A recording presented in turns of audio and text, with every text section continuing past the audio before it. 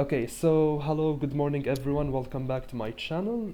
I'm really excited and happy to have with me another legendary Chris to interview. This time it's Chris Gliddon, the man himself, Polo Field. Hello, Chris. Hey, hi. How's it How? going? It's been going I'm great. Yeah, go. nice to finally chat with you. And I know we've chatted a little bit on Twitter back and forth and all that kind of good stuff. So Yeah. yeah, yeah, we're Mm. talking about some of my favorite subjects, which is video game history. I don't know if you know this about me, but Mm. I'm actually surrounded by video game history. My obsession is video game history, and for a Mm. while, I actually started the Club Penguin archives. I don't know if you know that, but I Oh had a yeah. short stint where I Mm. started the Club Penguin history efforts starting in 2007.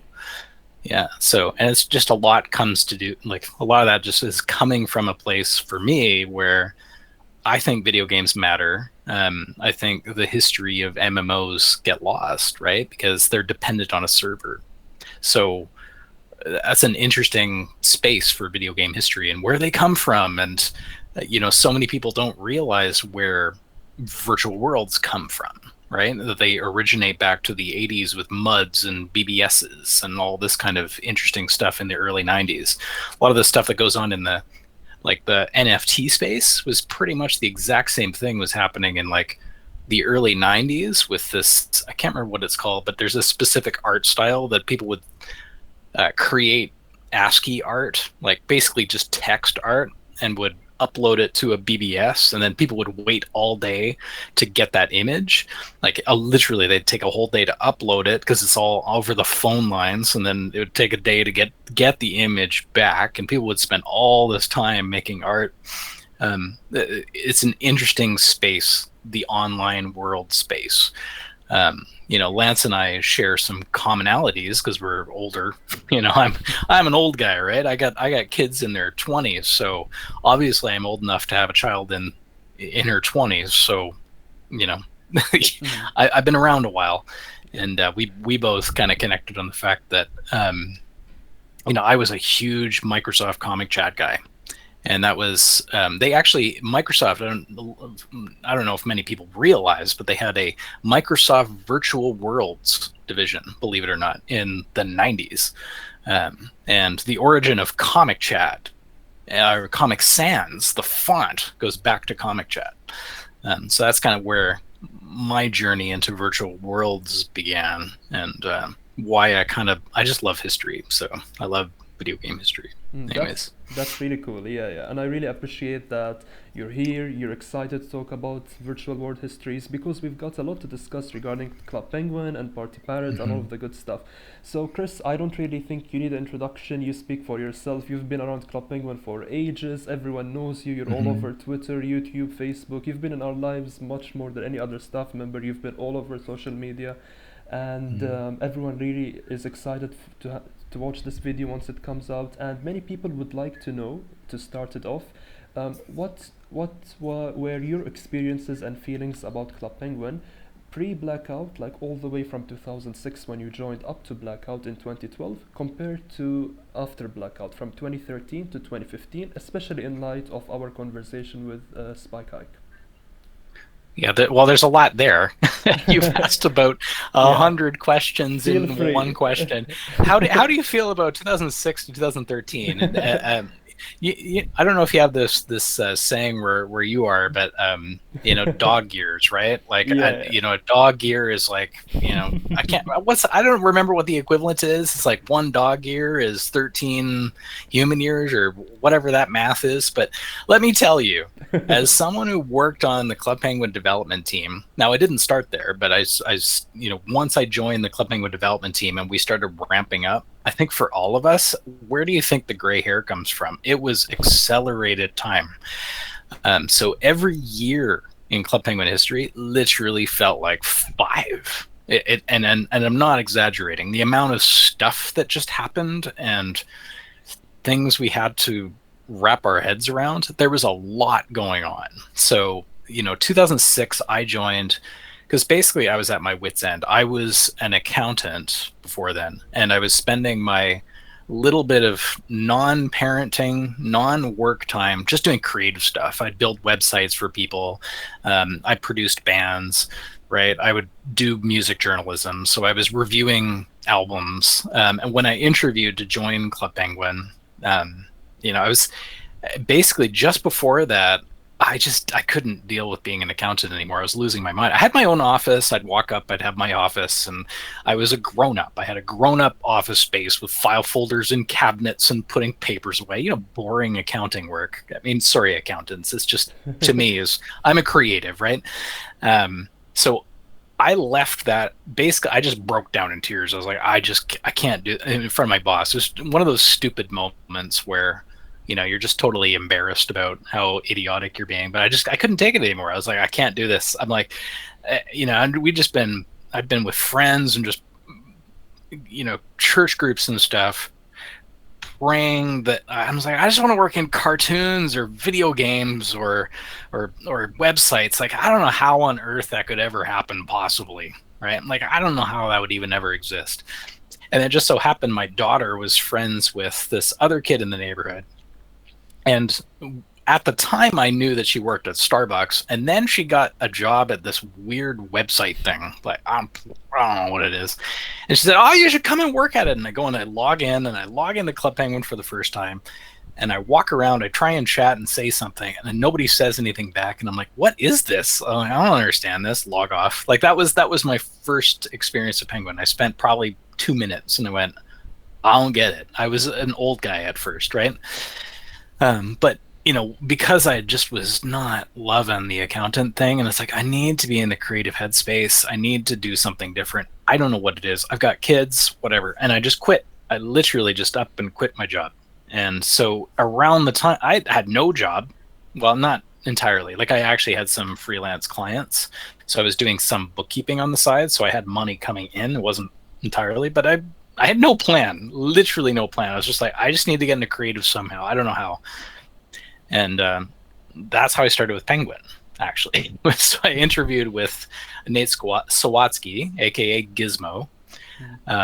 And it's interesting because the journey of getting from, Lane / Billy Bob to Gizmo to me was, very early on.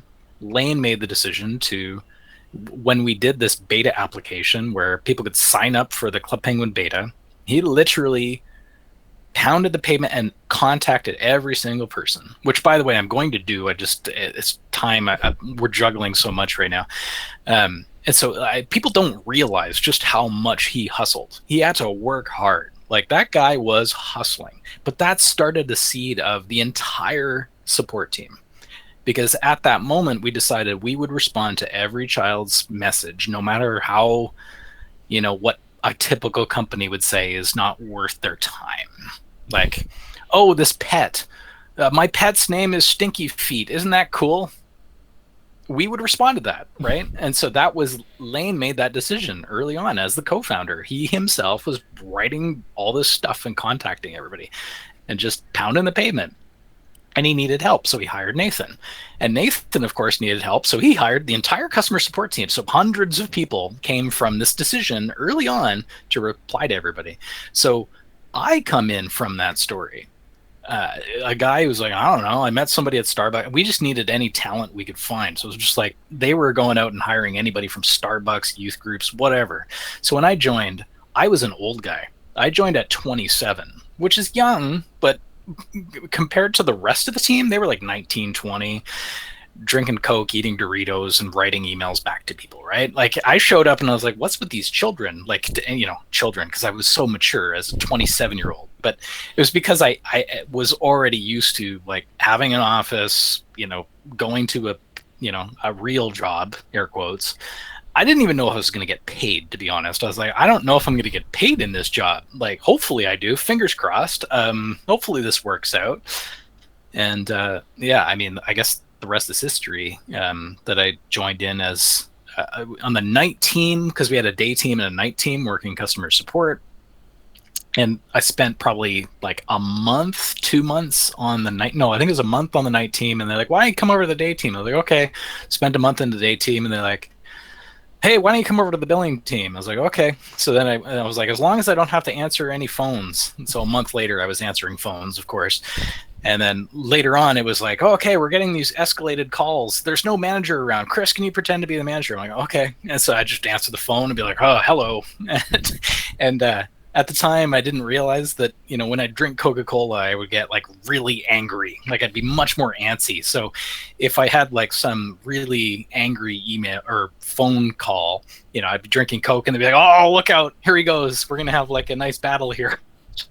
Because we'd have just the most escalated calls sometimes. People just, a lawyer from New York who's just really, really upset that their child took, their credit card out of their wallet and went and bought something. And they're like, I need that $5 back. I was like, okay, it's like, no problem, dude. Here you go.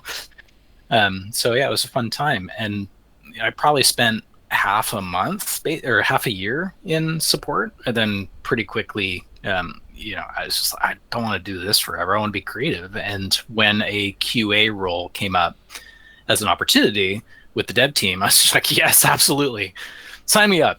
I'll go QA test. Awesome. Let's do it. And then I learned, I'm like, well, QA is not for me either, because you have to throw the snowball in 16 directions or 8 directions, make sure it works every direction. And I was like, so that's actually, I spent a month in QA and then quickly jumped into starting the archives, actually. So that was where I was like, okay, let's start capturing the history. That was one. And then the other half of myself was writing. So I started writing content. And that was 2007. And then I was part of the editorial team. And then really because I was spending half my time sort of trying to organize the team's amazing content creative. Like I had this thing called the archive dumpster. We had a folder and it was like, if you got a sketch, you got whatever, just dump it in the dumpster and we'll make sure that we put it somewhere. So I just was like, I don't care what it is, just dump it in here. We'll hoard it and then we'll figure out what to do with it later. So that was one half of my time. The other half of my time is like, okay, writing this stage play or writing the paint by letters books or whatever, right? And it came down to, there was the opportunity where Jin, who was the original editorial manager, she moved over to being a producer. And so when she made that transition, it was like, wow, we need an editorial manager. So I was like, okay, well, I could, my ex-wife at the time was like, do you want to organize people's creative content for them? Or do you want to make the content and be the, I was like, well,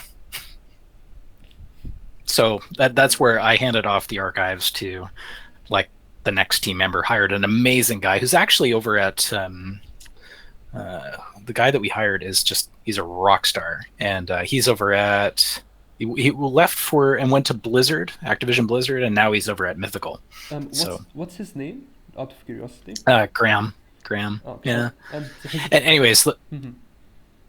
yeah, so like those guys, like Graham took it for a little while and then he promoted himself up to something else. So then he quickly was like, oh, I need somebody to do the archives thing.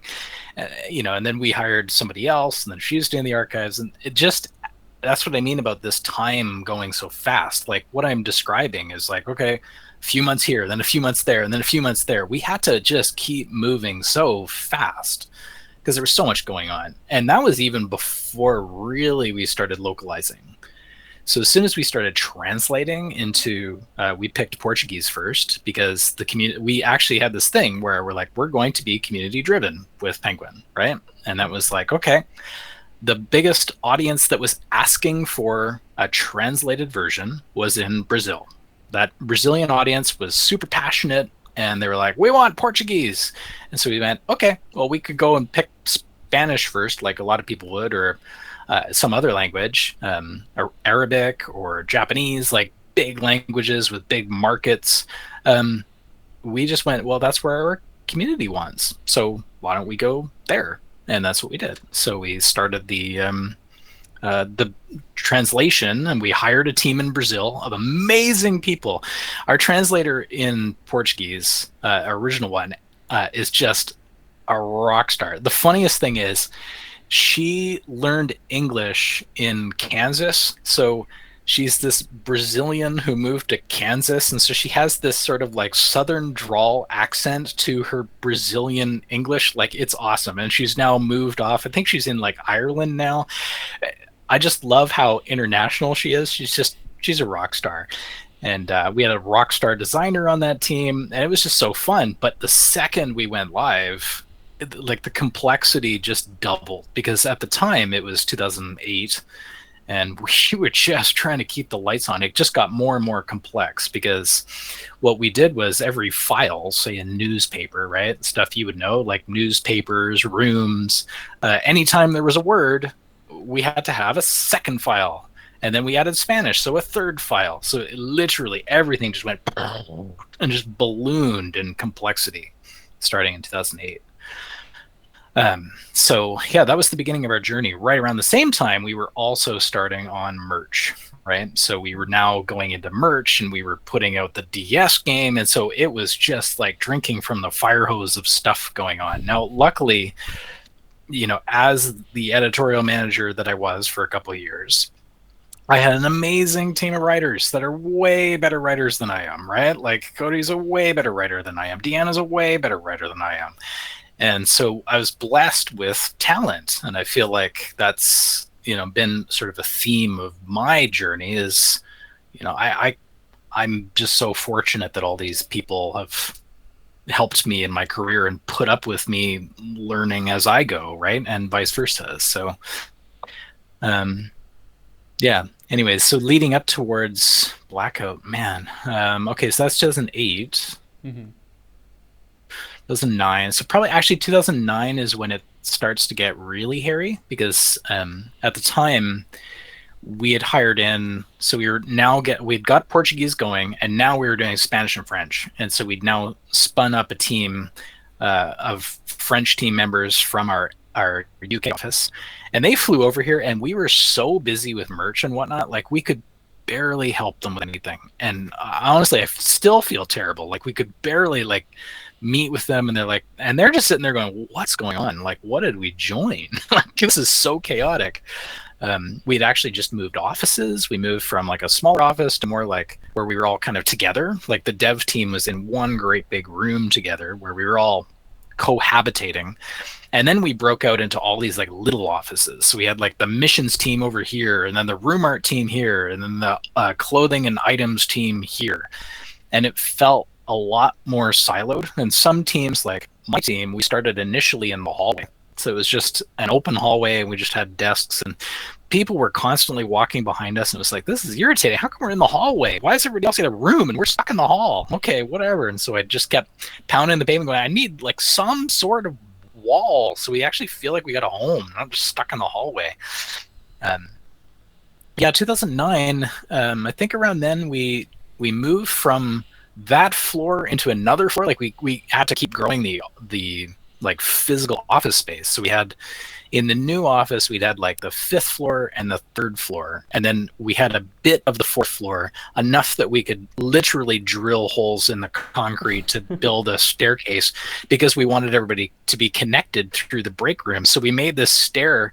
Like, you don't do this. This is like a big office building. We're like, we want to drill through the foundation to make a staircase. And they're like, you guys are insane. They're like, we want a fire pole. And they're like, you can't have a fire pole. And we're like, but we want a fire pole. It's cool. It's like Ghostbusters. You can slide down the pole. And they're like, you can't have a fire pole. Like, come on, guys. You can have a staircase. It's bad enough that you're drilling through our foundation. We're like, okay. So we made the staircase. And the great thing was that everybody could sort of still kind of cohabitate, because you'd end up running into each other in the break room. But, there's a rule that, I don't know if you've heard of this, but 3M, this very old school corporate company, they make like Scotch tape and like wrapping paper. They have this rule of 150. And it's an interesting one, because what they found was, as soon as they went past 150 people in a facility, people started to feel like they didn't know each other anymore, right? So you reach this point where you're now too many people and nobody feels like they know each other. And so there was the beginning of this feeling of disconnection between the development team and the support team. I mean, even calling it customer support or guest experience, we kept evolving the name. It almost lessens their significance and importance. To me, that was a community management team. Even though I was a community manager for whatever years it was, I don't remember the math, 20, 10, I don't know. I can't do the math. I'm old. I can't remember time. That's why I have to keep notes in like Airtable and stuff to keep running tabs of dates of here to there to there to there. Like, when did this come in? When did Flash launch? When did Steve Jobs write the letter to say, I'm gonna come for you, Flash, you're dead, ha ha ha. Like, he wrote this big letter on Apple.com.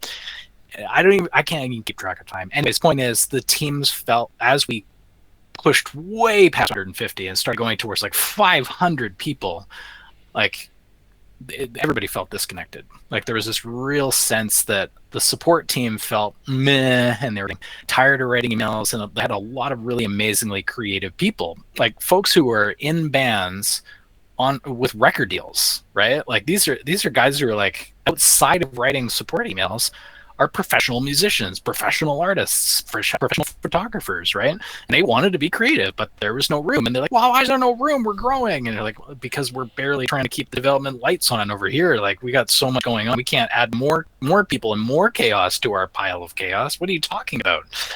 And I think that, I'm just looking here I'm just speaking of that sort of Flash thing, because if you think about all of this, we were heavily dependent on the Flash plugin.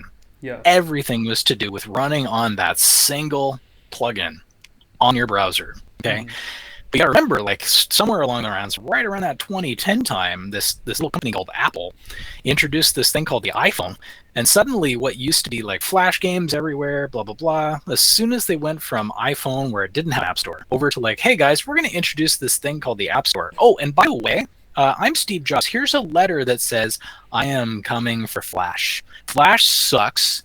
It's a security risk. I'm going to kill it, is basically the message. You can go back. There's even a Wikipedia article literally on that article, which is, to me, is the most meta thing ever. You can go and look it up. Thoughts on Flash, it's called. It's this, it's just, here's my thoughts. It's like written as though it's just some casual thing. Like, oh, I like Flash. Here are my thoughts on Flash. Or I don't like Flash. It sounds so innocuous. Like, no big deal. But really, that signaled the beginning of the end of Flash, right? And in the industry, this was the beginning of the App Store. The entire mobile games industry, everything that comes onto mobile devices, including Android, because Android essentially just copied what Apple was doing with the App Store. So you now have two platforms that are coming up. Each are going to have their own thing where you can monetize your little app. And everything comes from there, like Supercell, all these massive mobile games companies wouldn't have existed without Apple coming in and doing this. And they did that. They killed Flash to make the App Store. By killing Flash, there was an impact to some games. Be them small, big, whatever. There was some impact to a whole bunch of virtual worlds.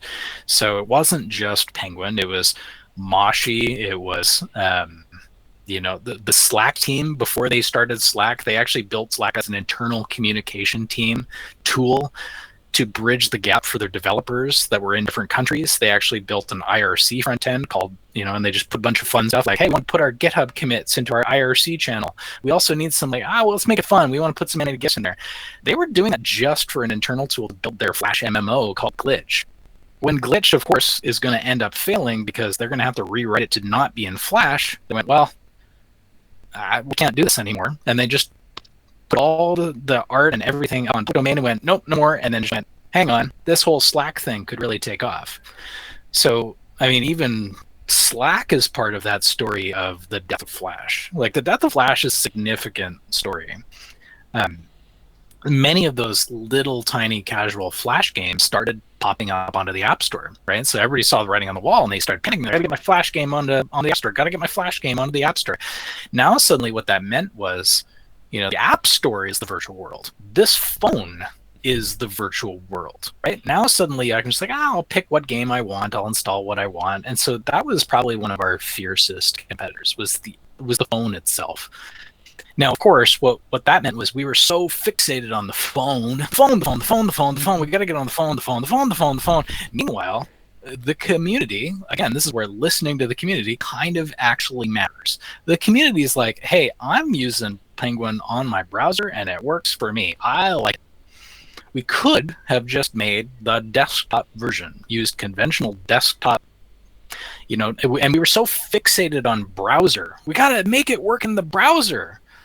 But the problem is, by fixating on that, like HTML5 wasn't ready. CSS3 didn't exist yet, right? I mean, all this fancy stuff that Figma is doing with WebAssembly, it didn't exist quite yet. Like, it was too nascent. There wasn't enough there. Wasn't enough meat on the bones to actually pull off web. But we were so fixated on web and mobile, web and mobile, web and mobile, that we were just like, well, we kind of lost the match. We could have brought over and brought the classic world over into desktop and given the audience the classic world, not rethink the whole thing, right? Not go, oh, we're going to do it. And then we got to add new experiences, because that's the other thing, right? The audience and the community is trained on weekly releases. This was absolutely unheard of in the industry. That was a decision. So in addition to we're going to reply to every single message, we also made a decision where we're going to launch like a website. Like the web ethos was baked right into the product, which is new content every week. Here's a catalog, here's a newspaper, here's a party, here's a takeover, here's this lead up, here's the takedown, here's this thing. Oh, now Rocker's coming. There's a mascot meetup. Like every week there's something new going on in the world. So I think that's what helped us stay a little bit like, I don't think we thought we were being narrow. Like, I think everyone in our best intention, we were just, it's hard to see something when it's this close to your face. Like, if I'm looking at this phone like this, I can't see you, right? And that's always my concern working on any project is like, am I too close to this that I can't see the forest for the trees? And that's where I think we went. And yeah, I think as time went on and we grew, not only did we sort of fracture into like, development and community. I'll call it community because really the guest experience and support team was a whole legion of awesome community people. So that community team and that product team slowly went like this because as they grew, they just couldn't, they're big. But then over here, we also had marketing. So that started to become this whole thing. It's like, we need to market. We need to actually market. We can't just depend on people telling each other about stuff, because at the beginning, that's how we could do it. It's like we had the main marketing channel of miniclip.com being like the top affiliate. We had organic, like kids would tell each other at the schoolyard, but over time that buzz wears. And so you can't just depend on organic buzz forever if you don't have a stronger organic strategy. So we had to actually think about marketing properly and start to do stuff we hadn't done before. And so we had to grow the marketing team and grow that. But then marketing just makes things like, it's this business money thing. Suddenly the orientation is all about numbers. It's all about math. It's all about growing the business because, I mean, truthfully, marketing and sales are drivers of any product. Like when you turn those levers off, even if it's like organic marketing or PR, where a journalist talks to an executive, like that's all effectively sales and marketing, right? So that is really important stuff. You can't do it without. We were just very, very blessed and lucky, right? And so we got to get by for a long time through that, and it was easy. You didn't have to install anything. You could just go to a browser. Like the browser thing was just like nobody else was doing it. Nobody had anything as sophisticated as Penguin in the browser. Except over time, slowly, you saw competitors pop up that were like, hang on, this is really big. As soon as the acquisition happened, that's where you started to see, okay, well, now Moshi pops up. Now Animal Jam pops up. Like all of these competitors started to pop up everywhere. Now a whole bunch of them ended up dying. And that's what's interesting to me, actually, studying all these different worlds, right? And which worlds got banned in schools, right? Like Penguin was so appealing to kids, a lot of schools just blocked it. Yeah. Like hilariously enough, my kids couldn't play Penguin at school. It was banned. It was blocked. You couldn't play Penguin at school, so they played Fantage. My kids were Fantage players. I don't know if everybody knows that. Like, they were playing Fantage whenever I was playing Penguin, even though I was working at Penguin. It was ridiculous. So there you go, and that's even just like locally in like a town of 200,000 people. So go figure, right? Okay, we'll go play on the competitor. Anyways, yeah. So that kind of leads up to all this stuff, and then we're getting bigger as well on the development team, right? And we've got all these experiences, and a lot of the real diehard fans, and actually including myself, the way I got from log on, test the world, and it's okay, I don't quite get it, to starting to get it, was the PSA missions. For me, the PSA missions flipped Club Penguin over from, I don't know what this is, oh, it's a chat room, okay, to like, oh, there's like story and lore and a world, like something about those missions made it feel like I was in there. I don't know what it was about that, and it gave a narrative thrust to the world. I know that, like, I have this sense of this thing happened, and then you saw how it impacted the world, and so there was something about that. I was in a secret club of agents. This thing happened, and only us agents know about it, and it's not everybody knows about it. But something happened in the world. Hey, guys, see that? This thing happened in the world. We know. You and I know. We're agents. We know, right? That was special. It got me hooked on Penguin. Actually, that was the thing that convinced me about Penguin, was that moment of playing a mission and going, this has a little bit more meat on the bones in terms of story, because I actually think that Club Penguin, the world itself, was a poor storytelling vehicle. Actually, it was really difficult to tell stories when the main character is the millions of players. How do you do that? That's difficult from like, it's non-linear, is much more sandboxy. You're kind of trying to set things up and then let people interpret. Like an example, Lance's other company is a board game company, and they had a very successful Kickstarter. It was like, $1 million Kickstarter called Stars of Icarios. And my buddy Nathan Wolf, my other half of Tiger Wolf, we've known each other, we just calculated 30 years actually. Back in the days when I was a kid and drawing comics and writing cartoons and making newspapers. Yeah, that was part of me as a 10-year-old. I was making newspapers and I'd sell them and walk around door to door and sell my newspaper that I wrote and drew, because I wanted to be a cartoonist. Nate and I would make board games together. So now here he is working for Lance at and they're working on this Stars of Icarios thing, and they tried to do something similar, which is give just enough story, just enough context that people can insert themselves into the character, right? So the character can be shaped by you. But even they're like, I want to know more about the character. I can't see them, blah, blah, blah. I want to see, like, give me some art of these characters. It's like, well, that wasn't the point, but okay. That's kind of the same struggle we had with Penguin, especially when some folks had very strong opinions that the player is the hero, the kids are the stars, not us, right? And I think that's a really good philosophy. It's the philosophy that I bring into Parrot. However, I also like enough story that you can get into, right? And you feel like you're part of them, right? There has to be enough of the PSA's story and Herbert and where he comes from and what Gary's going through and how Rookie screwed something up. There has to be enough of that in the lore, right? In that history for people to sink their teeth into. If it's just like, oh, you're an agent, you're a superstar. Okay. Cool. And like, give me some more. Like, give me some, like, I'm a Dragon Quest guy, right? Like, so I come from the game. I love it so much. Awesome. They said that's where I come from. Like, my whole lineage into Penguin is influenced by pretty much 100% Japanese developed video games.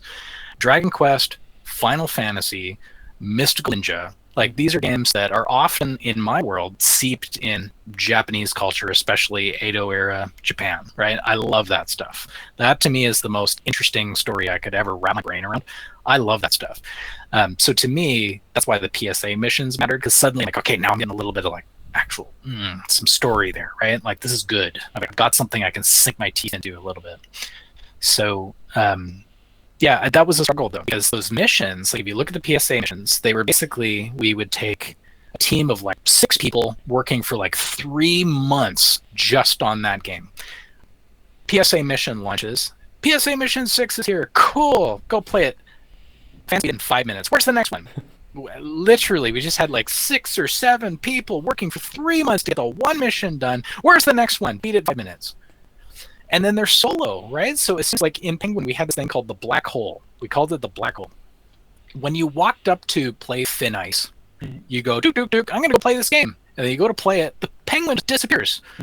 It's no longer in the world, right? So it's an MMO, but the people just disappear when they go to play video games, right? They go to play mini games and they disappear. So that was a huge problem for us, was this idea that you go here and disappear. I go to play a PSA mission and I'm off on some silo. Now, not everybody burned through, not everyone is Enhar burning through something in 30 seconds. Speedrunner, done.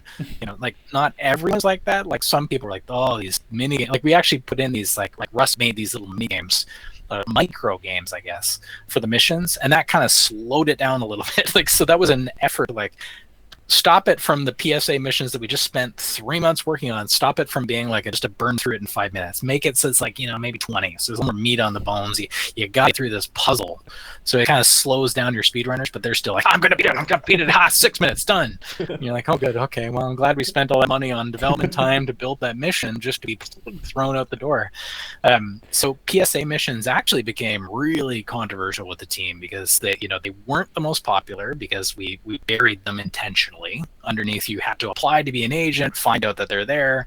So they became this really controversial thing. So to the point where we just stopped doing spy stuff for a few years because it was just we couldn't figure out how to make spies social. Now, to me, as a story guy, I'm like, I don't care.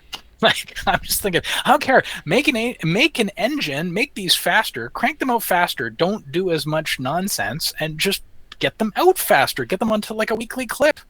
But the problem is, like, they were expensive, right? Like, so they were actually one of the biggest headaches when we were doing localization, because the way we initially made them, all the signs were hand drawn. So now it's like, okay, well, I need to translate this to Arabic. Okay, I guess I need to hand draw this sign into Arabic. Okay, I need to hand draw, and not that we did Arabic, I'm just picking any language. We have to hand draw this sign into Spanish. We have to hand draw this sign into Portuguese. We have to hand draw this sign, and then we got to deal with. We had more people coordinating text translations than we had people writing the text. It was ludicrous.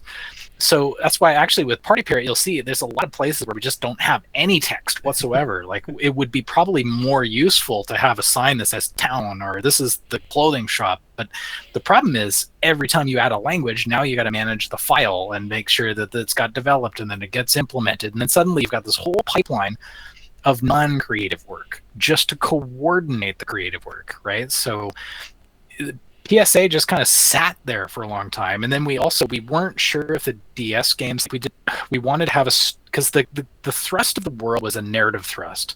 Every week something happened, so it was a literal timeline, right?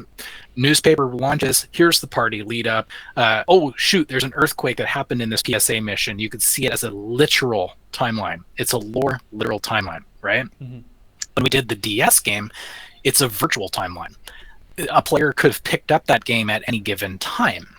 So we were kind of, I think, worried about that. So that's actually why the EPF exists, is because the PSA was on the literal timeline, and we didn't know how to sort of have this side story. In Japan, we call this Gaiden. So it was almost like, PSA Gaiden. It was a side story, right? Yeah. But then it was weird because now we've got 2 secret agencies. In addition to being a secret ninja, it was like, okay, can we just merge these back together? And so then it was like, wow, okay. And then where Cody came up with the idea of the popcorn bomb, and basically Herbert blows up the PSA, and the PSA has to go away, and they have to bring in the EPF to save them. So the EPF comes in to save them, and they're like, hooray! And then now the EPF kind of takes over, and now you can merge those 2 lores back together, right? That's where the second thing was. And also because so many people hadn't even played the PSA missions, that's why we did Herbert's Revenge, because actually there's a ton of people who haven't even played these missions.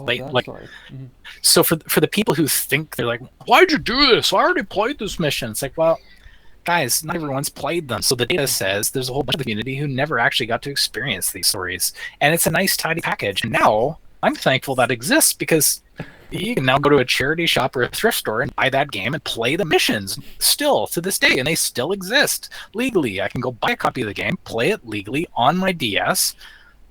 Bob's your uncle, job done.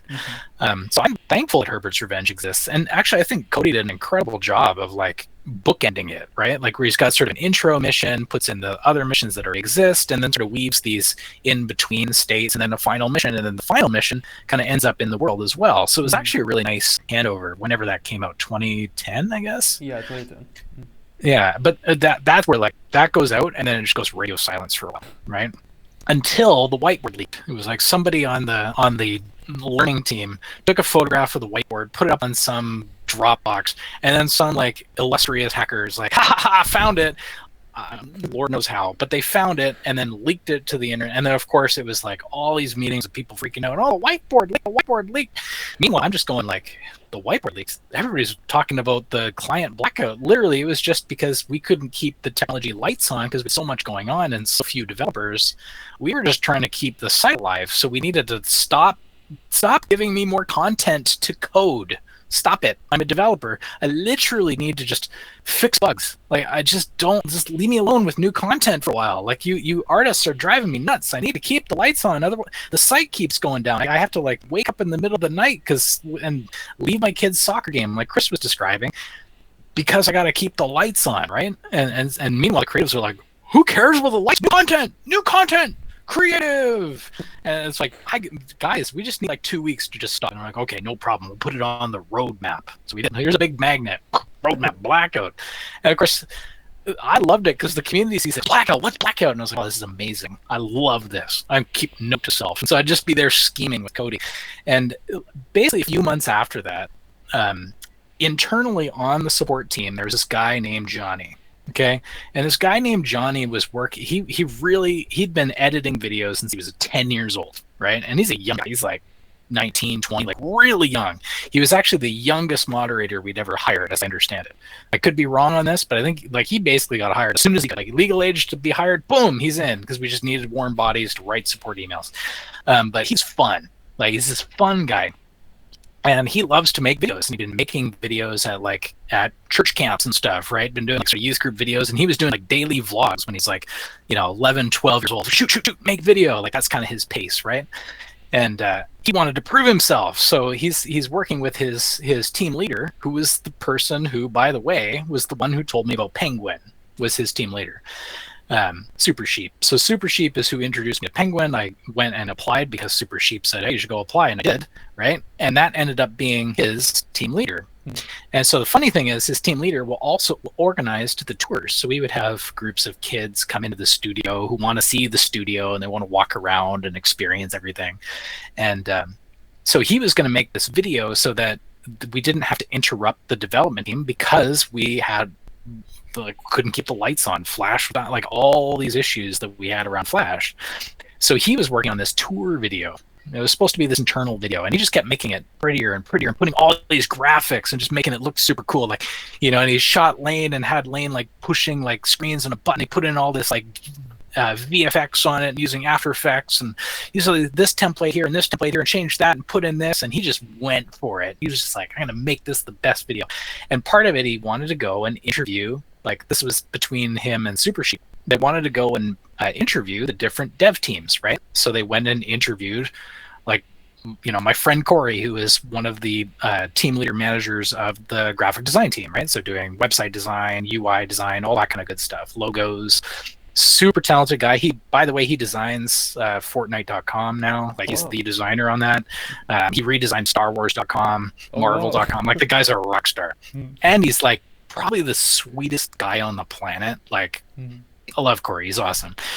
And then, of course, my better halves, who at the time I wasn't seeing. And then actually I ended up falling in love with this girl, Emma, and she's in that video as well. But when he's going around and interviewing the teams, I was like, oh, great. We've got this team. We're going to have some behind-the-scenes video. This is great. It's like, Cody, it's only for internal. You should just write up a mission. Let's just make a fake mission. Those characters we've been flirting with, like King Claudius and like, the ultimate Protobot. Just throw them up on your screen and like write a fake mission. Like, use Blackout in the thing. And so he's like, we're just like children in a candy store. We're like, nobody's gonna know. Scheming. We're like, derp, derp, derp. And then we just do this nice, like, over the shoulder, like Johnny shoots this. And Johnny's Moose, by the way. This is Business Moose, who I'm talking about. Yeah. So Business Moose goes and shoots this video of Cody, the creator of Adventure Capitalist, by the way. Oh, yeah. So this, you're talking about like the fascinating stories of people colliding. And so he shoots this video of like, oh yeah, here we go, here's Operation Blackout. Just a quick like, oh yeah, and then he's like talking to Stephanie and Lilac Wren and just, in the office, no big deal. And then later on it was like, okay, well, we're gonna do the YouTube channel, right? And so I basically pitched, I was like, look, I want to focus on making a community team. That was my pitch. I'm like, I want to leave the writing team. I want to start a brand new team, and we're going to focus on social media and community. I want to make a community management team, but I think key to us is YouTube, and so I need a video editor. And so when I talked to Gizmo's like, what about Business Moose, right? And so we're like, okay, cool. So Moose and I start, and we're like, wow, everybody was so nervous. Like, I would go, hey, we're going to do YouTube. They freaked out internally. Like, all the support teams, like, this safety, the problems, we can't do this. And meanwhile, like, me and Johnny and Lane are like, whatever, it doesn't matter. Like, everybody's on YouTube anyways. Look at all the Penguin videos on YouTube. Stop worrying about it. We just need to go there. Come on. Like, this is ridiculous. So to kind of lowball it and like sort of ease in, we just used we just made Happy 77's YouTube channel. It's like, okay, it's not Penguin, it's Happy 77. So then when we would make those videos before the Club Penguin channel launched, like the proper channel, we had to prove that we should do the proper channel, right? So we used Happy 77 channel to prove that we should do the main Club Penguin channel. And so when we did the Happy 77 stuff, it's funny because I was just like, Johnny, let's just make sneak peeks, but video sneak peeks. Simple. Like, we just look, Happy walks through the medieval party. Boom. That's it. It's a sneak peek, but it's video. So it's not rocket science. Like, kids are already making like CPMVs, making music videos. Like, why don't we just make that, right? So we carried on with the ruse of Happy 77. And it's really funny because we interviewed Holly, and she's like, "Who's Happy 77 now?" Because she like transferred her name over to us, and then we have it on video. We literally, like, Johnny and I interviewed Holly, and she's sitting there. She goes, "Who's Happy 77 now?" And she's just asking me. She goes, "It's you guys?" And it was this great moment. Like, Johnny shoots over to me. I'm like, "Oh," like, this is a hilarious moment. One day I want everybody to see this moment because it's great. And then we actually had Happy herself log on for the first time since 2006. The real Holly as Happy on video logging onto the Marvel party.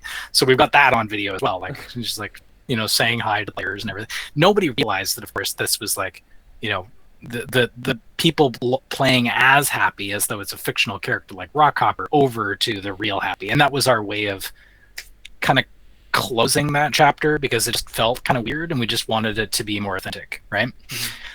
They had good reasons for doing the Happy story, but yeah, it just made a lot more sense to just be more authentic. It's like, I think we wanted not to be seen as some 1,000-person company corporate machine. Right, we wanted to be seen as that nice homegrown original team. So I feel like we struck a decent balance to that, anyways. But that's why we started with the Happy channel. Was that the reason why? Sorry to interrupt. Was that the reason why I always wanted to ask you why you and all the other members, such as Ninja, Meg, etc., you guys joined Twitter and started interacting with us a lot. Then in 2013, you guys just left to just use the official Club Penguin account. Was this the reason? What you just mentioned? Yeah, I think people were just. I think some of the like LA folks liked things a little bit more by the book, right? They didn't like the idea of like one individual, like it's an ego thing, right? And it makes sense to me. It's like you don't want to feed some weird ego beast where this individual person, everything of the product sort of hinges on them, right? And that's kind of how we're doing Party Parrot too, right? Like, I want to make sure it's not the Polo show or something, right? It's not all about me. It's really about the team, because to be honest, I wouldn't have made it the way that I've made it without the amazing talents of these folks from the community and these former Penguin team members, right? We have this nice convergence of both making a new world, right? That has this evocative feel of the past, but is also new. We want it to be new. We don't want it to be old, but we want it to be new as though we started it in 2012.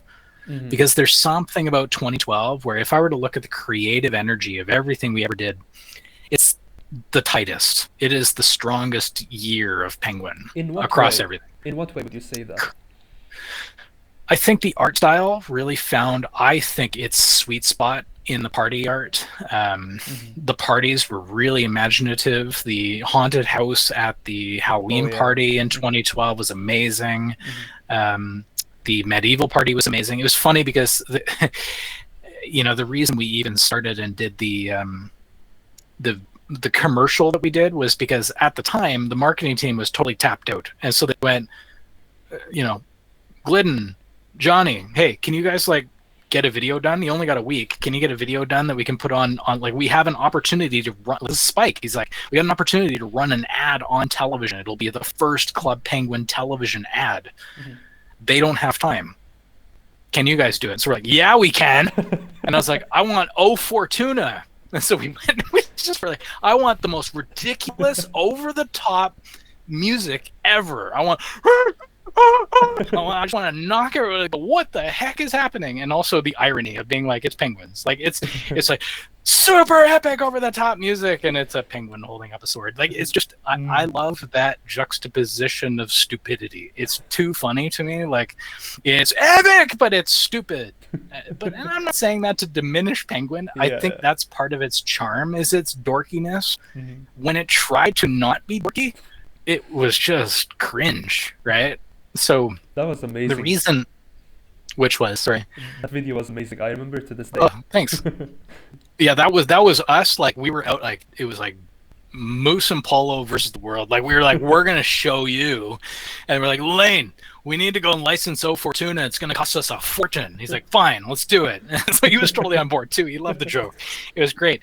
So that was a nice moment, because it actually felt like the four of us were on the same page, whereas the rest of the team was on some different page. And we're like, we don't care. Here's what we're doing. O Fortuna. Chris, can we do this? Yeah, let's do it. Anyways, I mean, and we were also specific. We're like, we need this performance of O Fortuna, and we had to go and find it and make sure that we could get the license. And it was expensive because it was going on television, so you had to pay more money because it's on TV. But also, it was the moment that we were unveiling the first takeover, right? Like it was the Marvel, like we were announcing the Marvel thing. So at the end, we're just like, oh yeah, this medieval party, and then it's like, you're like, what? Oh yeah, the logo came Marvel. Yeah, and we kind of loved that, like little, like it's like stupid medieval party, Club Penguin, it's awesome. What? Spider-Man? What? Like, and to me, because I was thrilled, right? I used to collect Spider-Man comics, right? So to me, the Marvel thing was like, yes, let's do this. So I mean, that's what I say about 2012. Like, it was this sweet spot of like, you know, we have this beautiful party stuff going on, and finally, we, after like all these years of dormant, you know, spy stuff, where some of the spy stuff was like, I hate to say it, but field ops. I'm like, really? Yeah. I mean, there was an attempt, I think is what they would say. Creatively, I was like, well, I mean, they did their best. We had to try and make it low scope and all this kind of goodness. So I think we did the best with what we could, and thankfully there was enough sort of text story on the bones between that and System Defender, because Cody did a good job with that stuff. Like, he worked hard to make it feel like something is still happening, even though this content is kind of pedestrian, really. Like, he knows it's pedestrian. Like, he and I would probably say that, right? Like, this isn't the best content we can go with. But hey, let's make the best with what we got, right? At least spies get something. It's been so long since there's been a PSA mission. At least we get something. And of course, I think we're all just mourning the PSA missions, but so yeah. And in terms of like getting from the Happy 77 channel to the main Penguin channel, I needed a big video so that when we launched the Penguin channel, you know, it would get traction. Like, I couldn't just fart it out and be like, oh, there's the next sneak peek. And, oh, by the way, it's on the Club Penguin channel now. We needed something to launch with, and so much to Super Sheep's chagrin, I went, Lane, this video is way too good to be internal, isn't it? It's like, yeah. I was like, yeah, perfect. Let's launch it. Meanwhile, I'm knowing Operation Blackout. that was me being kind of sneaky. I was like, well, you know, I may or may not have snuck something in there with Moose and Cody. And of course, the second it went live, people are like screenshotting it. Operation Blackout, what's this? It's a new mission. New mission. That was like this. All this passion was starting to pop up, and it was like, okay, see. People want missions again, right? Like, we can revisit what they are. And so I think at the time now, because this was the era of parties where it was like, you know, parties do everything, we should put all of our eggs in the party basket. I think we put too many eggs in the party basket. We went way overkill, I think. However, it was a vehicle for us to put out something significant, right? And so Operation Blackout was this beautiful moment in history for the team, where across the board, marketing, support, production, all these teams didn't even have to communicate and we're on the same page. Like, it was just, everybody just clicked. It was just like, we knew what we were doing. It was a time where things you could tell were waning. Like, that was the big thing for me, is I noticed that, you know, that because it had been a little bit of a same old kind of routine going on for a few years, right? As we were having technology issues. In fact, actually, like, we were at a point where we had this 1 week we couldn't even launch anything. It was the first time in Penguin history where we couldn't launch a thing. The tech stack was so brittle that essentially our technology leadership is like, you can't launch anything. So they went, Gliddon, what can we do? Okay, well, we'll put out some videos. And so I think that was around the time we launched like the Nyan Cat parody with the Puffle in the box around that time. And that was because we just didn't have anything. We were like, okay. And so actually at that time, I started an initiative where we brought up a bunch of the community support team, and we brought them out, and I hate to do, we didn't have any space, so we had to put them out in the hallway again, unfortunately. So we made a bunch of tables, and we put out a bunch of community support folks that were awesome folks out on tables, and I said, okay, you're gonna blog, you're gonna learn how to blog as Happy, you're gonna shoot as Happy, here, log on as Happy, go shoot some video. And we went out and just shot tons of like community meetups. So instead of just doing community meetups and mascot stuff without filming it, we were like, you're gonna film it. And so that's where we started to, like, the Better Days music video that we made, Johnny and I worked on. That was an output of that initiative, like to just have stuff to do while we can't launch anything. It's like, we didn't even know if we would ever be able to launch anything again. It was kind of in that state of peril where it's like, it was really brutal. So because it had been so fragile, it was like, okay, what do we do? Well, let's go and do as many meetups as we possibly can, but we're going to make it more of a concerted effort, kind of more like the Lauren online acting days of 2008 to 2010. Before then, where we had a team that was dedicated to only online acting. So they would only log on as mascots. Like, they wouldn't be writing support emails. They would literally be online all the time. And I think over time that just went, wait, hang on, why don't we just make that the entire community support team? And let it be a change up to what they have to do in their day. Because there was this kind of like, it's not fair. How come they get to be an actor and I have to write support emails? Like, it became this kind of thing. So we just went, okay, let's bring it into the fold. You can do online acting and support. That way you can kind of, vary it up. You can log on as Cadence and go, oh my God, and whatever, right? So, yeah, anyways. So, yeah, it's funny because Operation Blackout for me was satisfying because I knew that I did a thing, and we snuck something out, totally intentionally, by the way. I totally Trojan horsed that thing.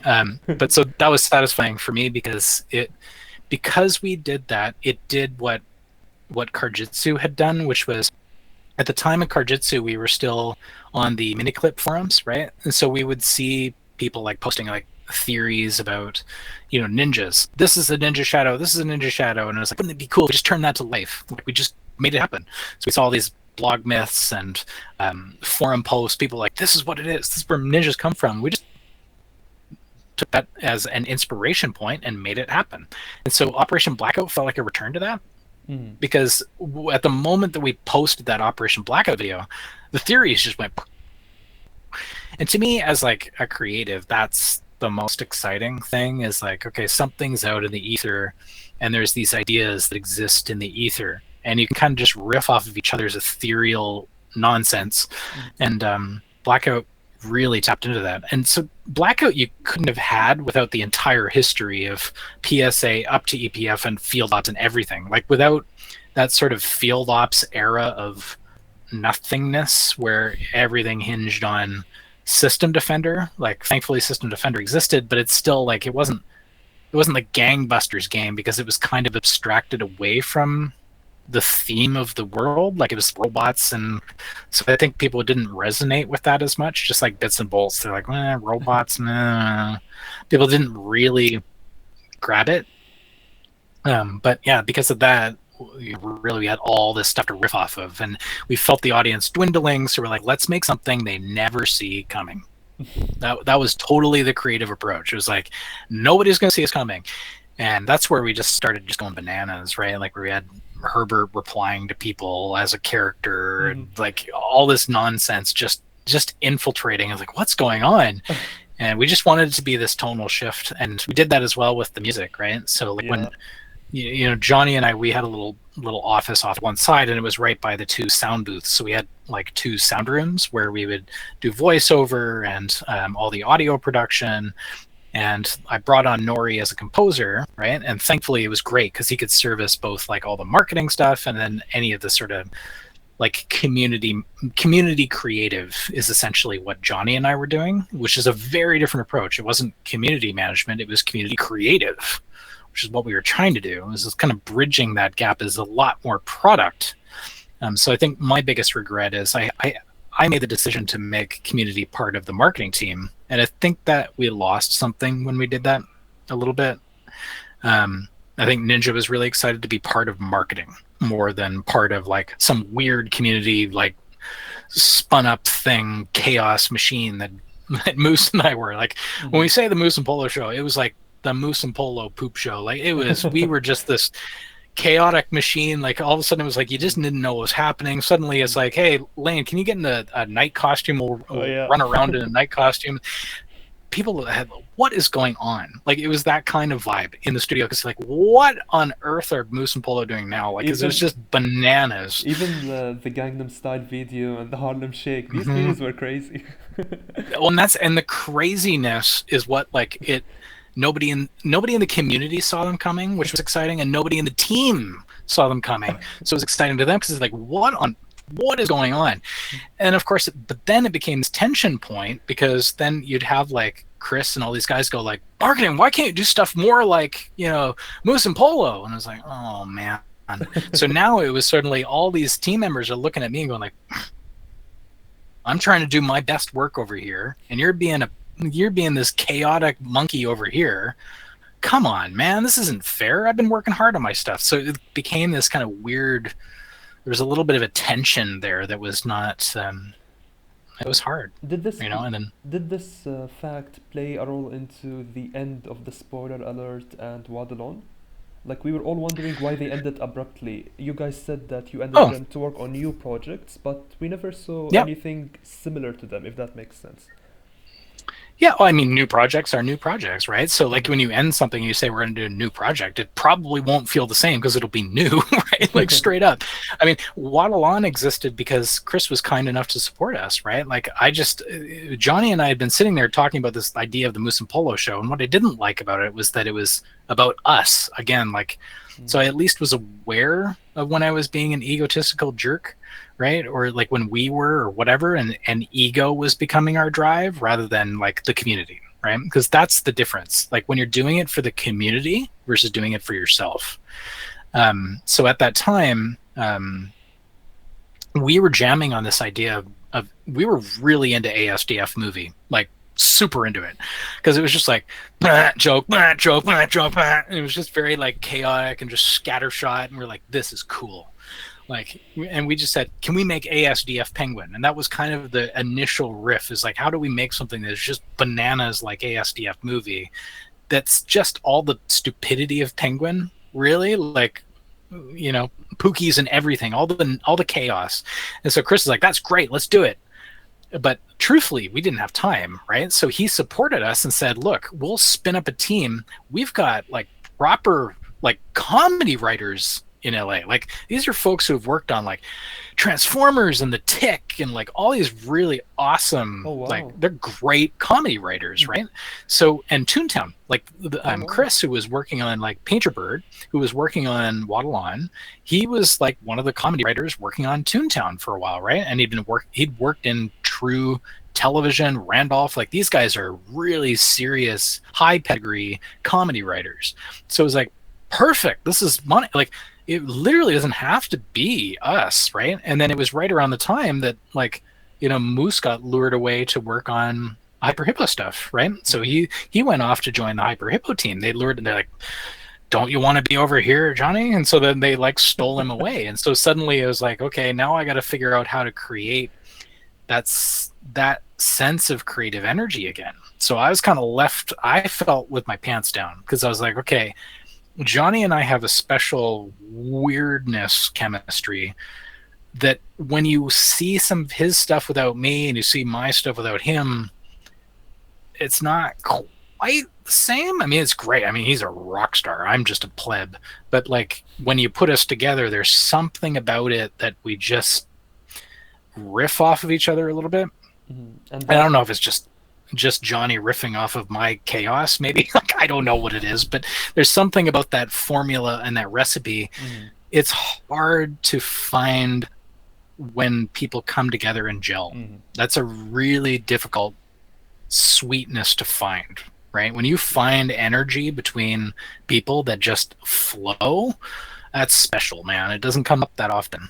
So it was hard. Like, he left, he started doing all that stuff, and we were looking, and like in the Penguin studio, I think it was almost like a little bit depressing watching all the excitingness coming out of like mech mice and all this hyper hippo stuff. Like, we actually were kind of jealous. We were looking at this and we're like, oh, it's new. They can make a new product. Look at how beautiful it looks. Look at how sophisticated this is. Oh, they don't have technology problems because they're doing like brand new in like Unity and stuff. Wow, man, that's cool. It was kind of like a little bit like deflating, right, in 2013, because they got the buzz of this new, the buzz of the new, right? So that's what, anyways, led to Waddle-On. Waddle-On was its own team in LA, and they were fully empowered to just go out and shoot stuff and make videos and pump them out. And then on my side, it was like, okay, I had to go and figure out the replacement for the Moose energy, right? To go, okay, what's the next phase of this look like? And so that's where I had wanted to get the documentary done. So the reason I actually chose Ninja was because of a recommendation from our amazing audio director. He had a buddy who had worked in a bunch of documentary and camera filmmaking stuff, did motion graphics. I was like, perfect, friend of yours, friend of mine, let's do it. So it kind of just worked that way. But I think he's more interested in like thoughtful, like, take this photograph, like a lot slower, not the same frenetic pace, right? And then Bobby, bless her, man, like, we just thrust Bobby out into the spotlight, like, just really aggressively, maybe too fast, I don't know. Like, I also have a lot of regrets about how much we kind of thrust Meg out into the spotlight. But she's such a good sport, so competitive. Yeah, it's Meg, and she's awesome. Like, so good. I'm so grateful that she joined the team and joined as an intern. And it was just like, look, I want to have this amazing person here all the time, because at the time it was going on, like, I was going through a divorce, right? So it was not fun times in my personal life, and I was burnt out. I was the energy of the chaos of disagreements and people not getting on and just everything changing and people coming in and out of the studio and joining the team, leaving the team, technology issues. Like, I was burnt crispy. I was so burnt out. And so really it was just, I was running on fumes, trying to like just going, Bobby, can you please help, right? Bobby would write like Polo Field blog posts too, right? Like, I really worked hard to train her the best I could at the time. And she's just awesome. That's how she just valiantly took it on. I mean, really, the follow-up to Spoiler Alert was their sort of vlog series that they had in mind, which was more like in that sort of lit studio where it's in this room. And wasn't it I don't remember what they called it. I think it was called Island Insider. Something like that. That would have been the successor to Waddle-On, right? So you can tell that's when you remove me from my chaos and my nonsense from the equation, that's more what you get. And so I think that was the direction they wanted to go with it. So I don't know. I really haven't watched them all, because at the time, when I left Penguin, I was in mourning, man. I was burnt out. I was super depressed. I was dealing with my divorce process, which took like 6 years.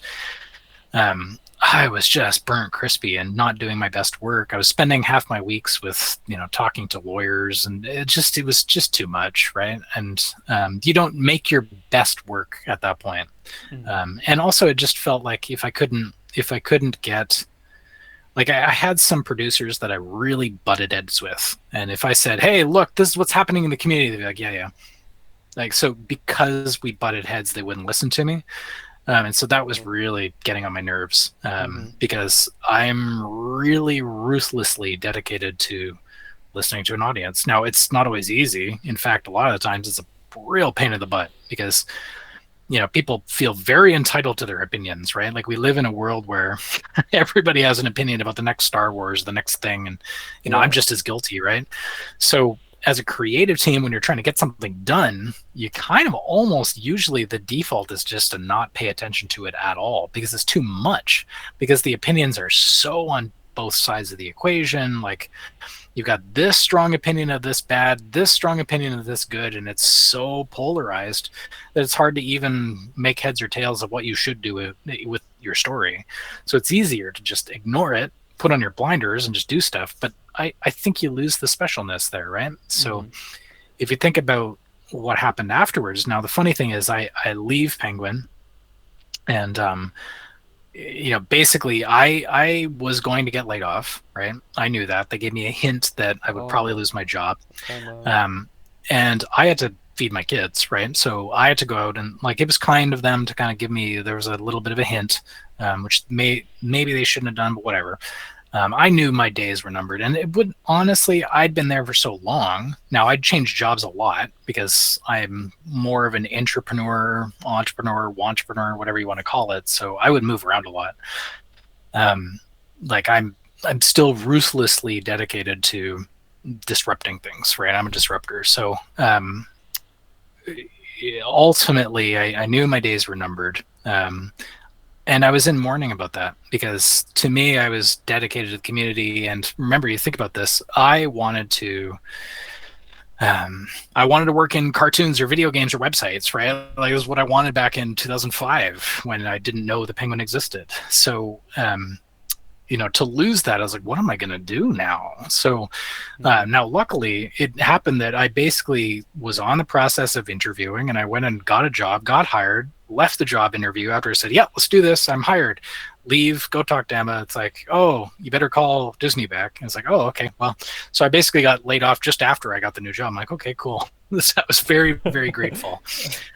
Like, literally within 10 to 15 minutes, like whatever the walk time was to get to and from the interview location to the coffee shop. So I'm just grateful, because like, I was depending on that income. So because I got kids, right? So, and I was trying to get through this divorce. So it's interesting, because at around that same time, this is when Slack was really taken off, right?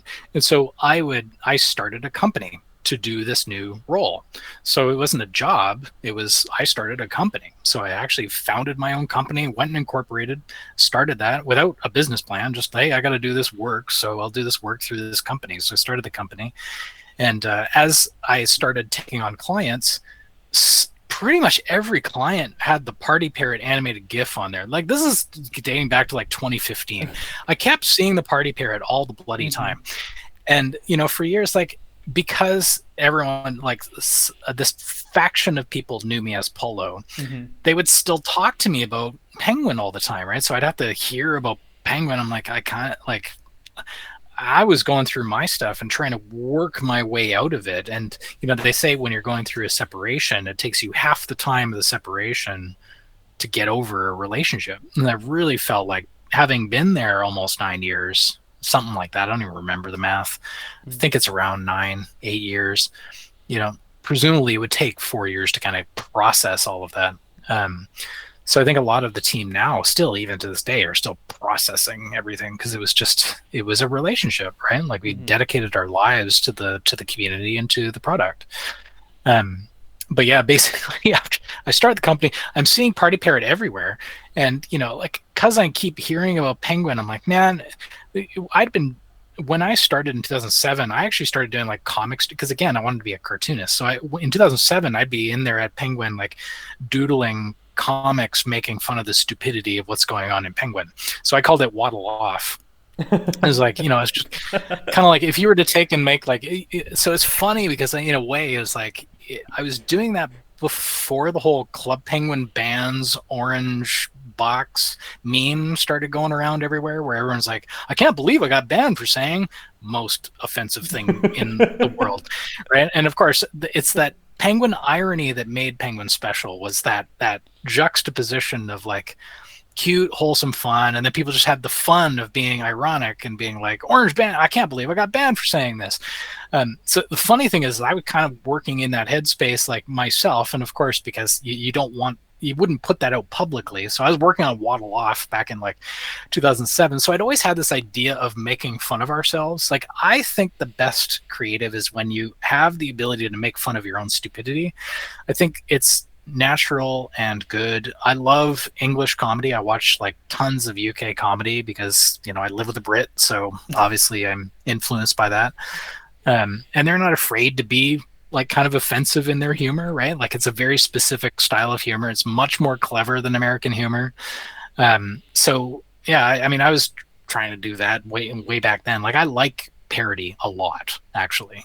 In fact, a lot of my stupidity as a manager, I think, ended up seeping its way into Adventure Capitalist because Cody was so frustrated with me trying to figure out how to be a manager. He's like, man, corporate people suck. And then that ends up in Adventure Capitalist, just making fun of capitalism. So, you know, it's weird because I think parody is really important, right? So that I would joke constantly about it. Oh, we should just make some parody of Penguin of how stupid it was and just make some fake site or whatever. And then I don't know what brought it on, but I was like, wouldn't it be funny to make like, you know, and somehow at some point in time, I just decided to make like, I'll buy clubpartyparrot.com. I'll just prop it up on a website and I'll put it, I won't even care about it. I don't host it. That's money. I don't even want to pay anything for this. I'll put it on Blogger. All the fan blogs were on Blogger. I'll just put this up on blogger.com. And so you can get there at like clubpartyparrot.blogspot.com, the parody site. And I also liked the joke of it, like that they're the party parrots and it's a parrot and it's a parody. Ha ha! I just loved how like grown humor it was, right? And I'm good at grown humor, right? I mean, that was actually what I'm a Mod was supposed to be, was grown humor. I think the biggest mistake we made was making it live action because now it felt like, I think that made it like, these guys aren't self-aware at all. I'm like, no, Pete, believe me, we were very aware of how over-the-top stupid this was supposed to be. That was the whole point, was to make something stupid. And the team humored me in that, but I think the creative mistake was mostly the video execution. We shouldn't have done it as like, it almost ended up looking try too hard, and that's the worst. It is the quintessential fellow kids execution of a video. So it's like Corey did a great job of editing it, but it was the wrong idea. Right? Like it's kind of like, make something fun. Okay, uses Comic Sans in rainbow font with, you know, that's, you know, do you know what I mean? Like I failed there. That's where I made the dorky fellow kids moment. So, you know, there's an art to being aware enough about yourself. So Club Party Parrot just started because I was like, well, what I like about the Party Parrot GIF is that there's so many versions of it. Like I was like, this is kind of like Penguin, where you've got the same thing, but it changes into like, it's like the Mr. Potato Head. Every potato looks the same, but you put different faces on it. And so it just seemed like a kind of a good innocuous, and the .com was there. So I was like, I'll just buy this. It's stupid. I'll post it on Blogger. I'll make the derpiest site ever. I'll draw it myself with my mouse. I'm going to draw it with a mouse so the lines are terrible. And I'm not going to fix the lines because I don't want it to be good. And I just farted out this terrible, bad, like hugely pixelated graphics header. Like that was the joke. I was like, I'm gonna start this joke, and I just left it up. And I literally just like put some old blog posts and then just farted them out as like, hey, and I put in the sort of weird like the way I reworded it was with the W's. Like it just started as a parody. But then sort of like fast forward to like a year later, I'd been working with Lance to try and tell his story, actually. So I don't know if the community knows this, but I've got about 100,000 words of Lance's story ready to be into a book. So, because I actually thought it'd be really cool to tell his story, right? And to tell the story of the origin of Hyper Hippo and Box Critters and Adventure Capitalist. And I'm like, this story is way too cool. We got to tell it. And again, it goes back to me being this history buff, right? Like, so way back 2007, as Penguin Archivist, I never really left that mission.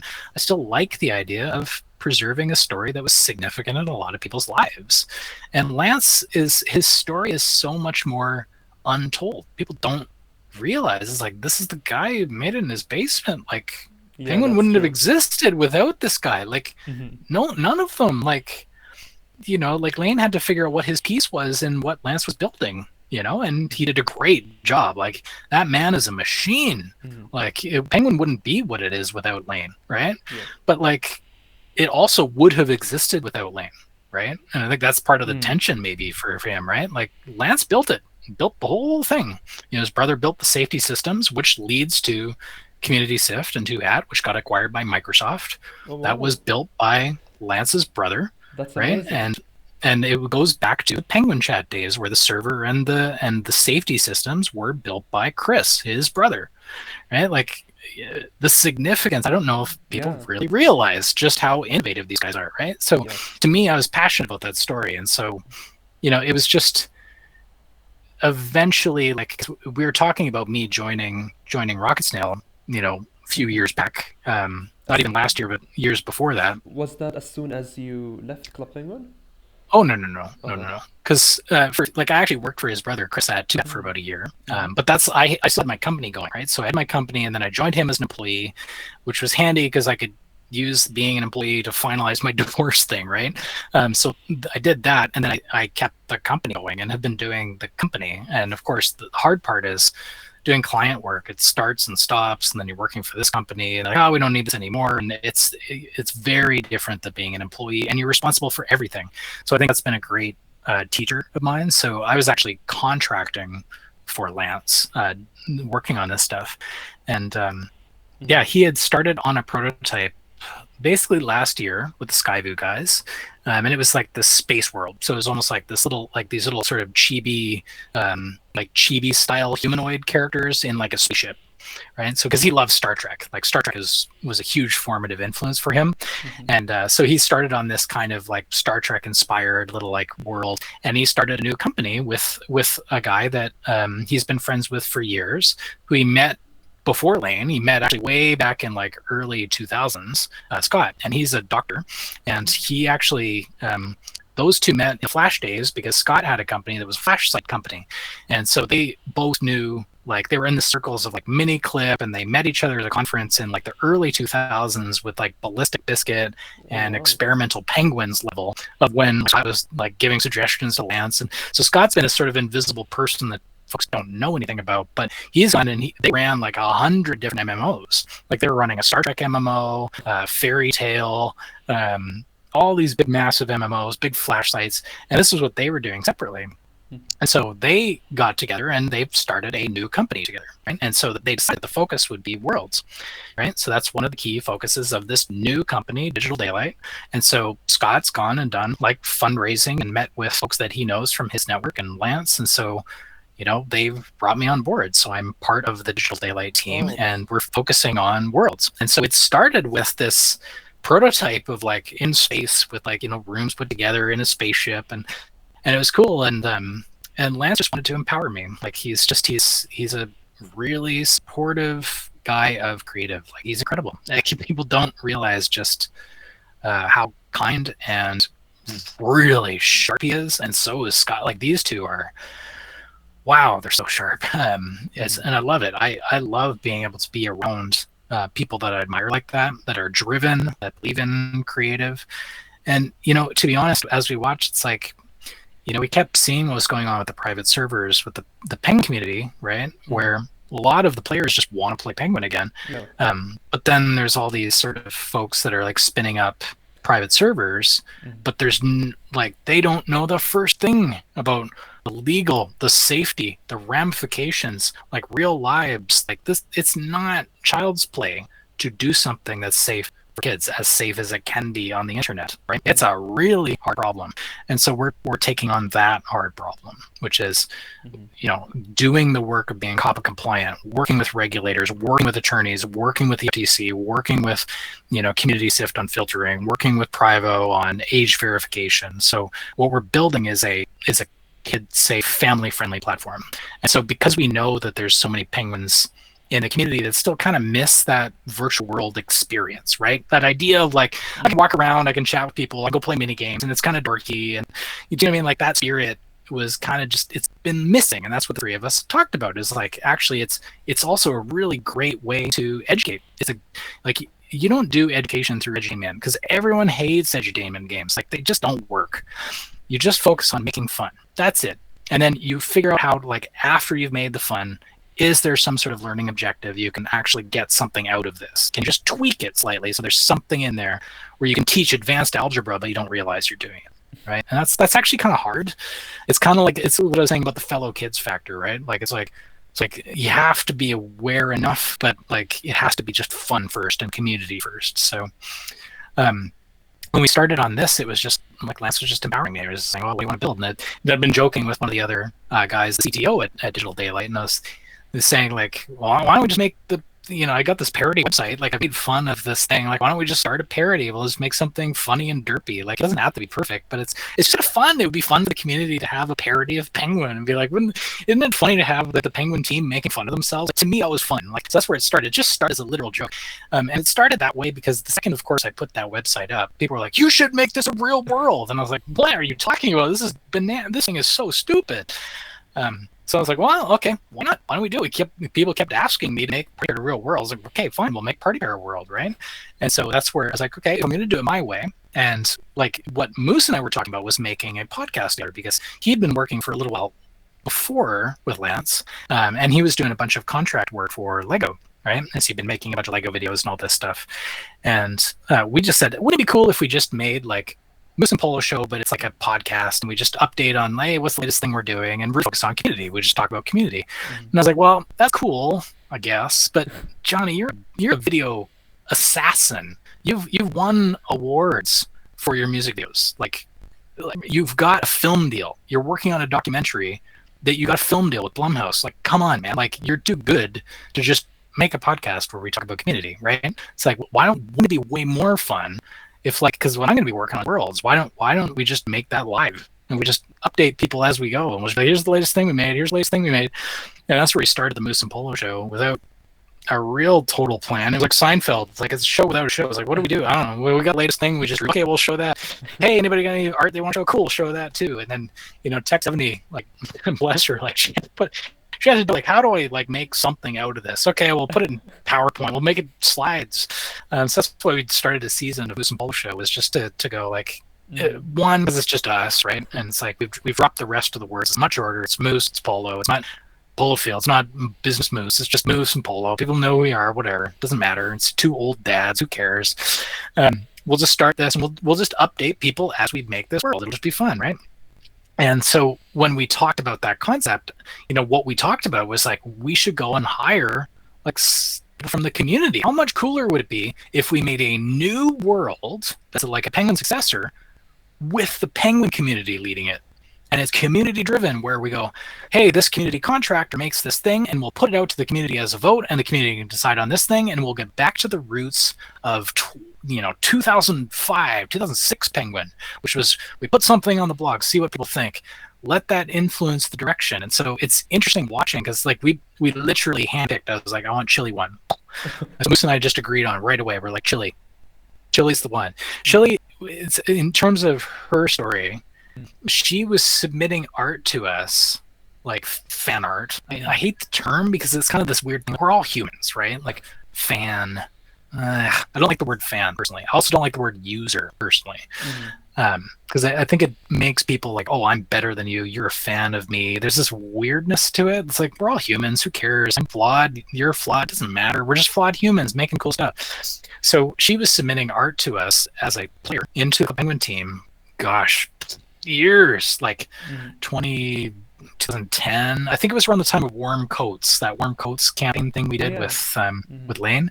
She started first submitting fan art there, and so the reason that Moose and I noticed her is because between us and Cool Times, who was on our sort of insights team, she would be. I finally brought Cool Times over to publish art to the UGC wall. We had this wall of, again, user-generated content. We had a wall of fan art in the book room, it spent a long time never getting updated. And like Moose and I just went like, why is this never getting updated? This is stupid. Can we update this, please? And the team went, yeah, here's a tool. I was like, Cool Times, can you update? You're seeing fan art all the time. Can you publish stuff when you see it to this wall? She's like, sure. So Cool Times started publishing art, right? And so, of course, like, Chili One has an affinity to Cool Times because Cool Times would walk on, and Cool Times was the one publishing the art. So of course she saw Cool Times as like, Cool Times is important to me because my fan art is getting published to the world because I submitted it and I get to put it up in the book room, right? So it was almost like Chili One was getting her art put into the world because she wanted to be a Club Penguin artist, right? So if you think about that, it's like what, 2012-ish, I guess, was be around then. So she just kept submitting art all the time. And we'd see art from all these different people, but it was Chili, most consistent all the time submitting fan art. So I was like, Chili's the one. And she actually made like sculptures of like a ton of the team's penguins. She figured out who the different penguins on the team were and, you know, placated our egos by making little like penguin versions. And each of us treasured those. Like Chris will describe getting the Spike High figure, and he really treasures it because it's significant because it represents him playing with his son. I got the Polo Field one, and my daughters would play with Polo Field all the time. That's why they were always in, you know, Polo Field running around in a dress because they're like, I'm going to dress up Dad in pink. You know, it was funny, right? And I was like, this is great. And so, like, you know, as dads, we have this sort of affinity as like, to these characters, and so Chili made these characters. So she kind of graduated up, sort of like, you know, the leaderboard of fan artists, right? So to us, like to Moose and I, like Chili's at the top of the leaderboard. So we're like, you, Chili, go on over. We're gonna work on the parrot. And so that's where it went from meme to like, as we were looking into Party Parrot and realizing that it was inspired by this, you know, video of the kakapo, and learning that the kakapo, there's only 250 of them in existence. Suddenly, when you look at the story, like, do you make a parody meme that's all derpy, or do you look at the fact that actually there's only 200 of these birds in existence? Because as a human society, we had like people take their pets down to New Zealand, and then these stoats just eradicated the kakapo population, and suddenly this is one of the most endangered animals on Earth. It's like, well, that's actually, to me, a great sort of metaphor for the good eggs in the community. There are people that just want to play something that's like Penguin. To them, it represented something that was like the only real safe world where they could just freely be themselves and express themselves without judgment and be kind of dorky, and, you know, maybe they're disabled in real life, or, you know, they have something on their face, like, you know, my friend's mother who had like, you know, sort of wine splatter patterns on her face, and like people have like these real life appearance shame things or judgments, and Penguin represented an escape from that. You could just go and be a penguin and walk around. You could dress up as yourself, or you could dress up as a squid, or, you know, a moose with a suit, or whatever you wanted, right? It was just something dorky, and, you know, it felt like something was happening all the time, so you had something to look forward to. So it was a nice escapism. And so I think, you know, the good eggs in the community have been missing that escapism. And so that's really, we're just trying to be just heartfelt. Like, we haven't been like, oh, let's push some marking machine and get the engine going. It's like, no, we've got this beautiful little thing, just make this heartfelt thing and make it with the community. We got this art, it's like, hey, we've got all these different versions of what the kakapo could look like, right? And so we did it as a poll, like it should be this wing, this face, this eye, and everything has been a poll. It's like, hey, what do you think? This one, this one, this one, this one, this one. And then, like, early on, actually, even just before I reached out to Chili One, I had put up the outfit request form, and it said, hey, I'll just personally draw you a derpy penguin. This is back in a derpy parrot. It's like back in the Party Parrot time where I was just making it a parody and it was just me. I was like, hey, anybody wants an outfit, just request it in this Airtable form, right? Because I'm an Airtable guy. I started using Airtable like the second it launched. And this is also dating back to 2015. I've been using it that long and I use it that extensively. So the nice thing is you can just build a form and it just goes into a list. And it's like, okay, I'm going to draw these all myself. And I was like, oh man, this is a lot. It's kind of like, you know, if I look at Penguin of the Week was an initiative I started back on the blog. I didn't tell anyone. I just wrote it, published it, and people were like, what did you do? You're doing Penguin of the Week? Now we have to support this thing? What is Penguin of the Day even? Before that. There was, yeah. So like I started this crazy initiative, and the team was like, you're bonkers, Chris. This is so much work that we're going to have to support. So it's kind of like that. It was like, it's just me having a flash of like delusionary something and just being like, it's a creative inspiration moment. And then suddenly it's a whole pile of work to do. And I was like, oh, okay, whoops, doop-de-doop-de-doo. I guess I'm going to need some help. And so that's where it was kind of like, hey, Chili, could you do these outfits? And then like with Chili's time commitments, I was like, well, I don't actually think she'll have the time. So what if she kept working on sort of the concept piece and then we brought in somebody else? So that's where like Imai comes in, and Imai has been steadily working through the list, right? And what I love about it is that it really respects each individual. It's like, hey, what do you want, right? And then we'll just give them that outfit when it's done, which of course we get a huge backlog. So when it's done is, it really depends on when we can actually do it, especially because we're drawing it in 2D and then taking that over to 3D and then putting it into the build, right? So there's a process. It's and in between also like naming it, assigning the coin value, blah blah blah. So there's a process, so it's going to take some time. But I just said, look, everybody else will be able to benefit from these being available, and we'll just put them out as they've done. So that's Party Parrot. That's what we're doing, and yeah, we're building the world. Yeah, it is. And, yeah, it's a lot of work, but Yeah, and I remember you posting, I think yesterday or the day before, that you're aiming to hopefully have the beta launch by the time the 10th anniversary of Blackout. Mm-hmm. So Yep, that's the that's plan. the goal. Mm-hmm. That's the goal. Yeah. So there's a lot in the air about whether we can actually hit that or not. It looks okay. We're going to Mm-hmm. launch imperfectly. I think that's what everyone needs to know. It's going to be Mm-hmm. super imperfect, like not perfect, incomplete. May have a ton of bugs. Like just that's part of it. Mm-hmm.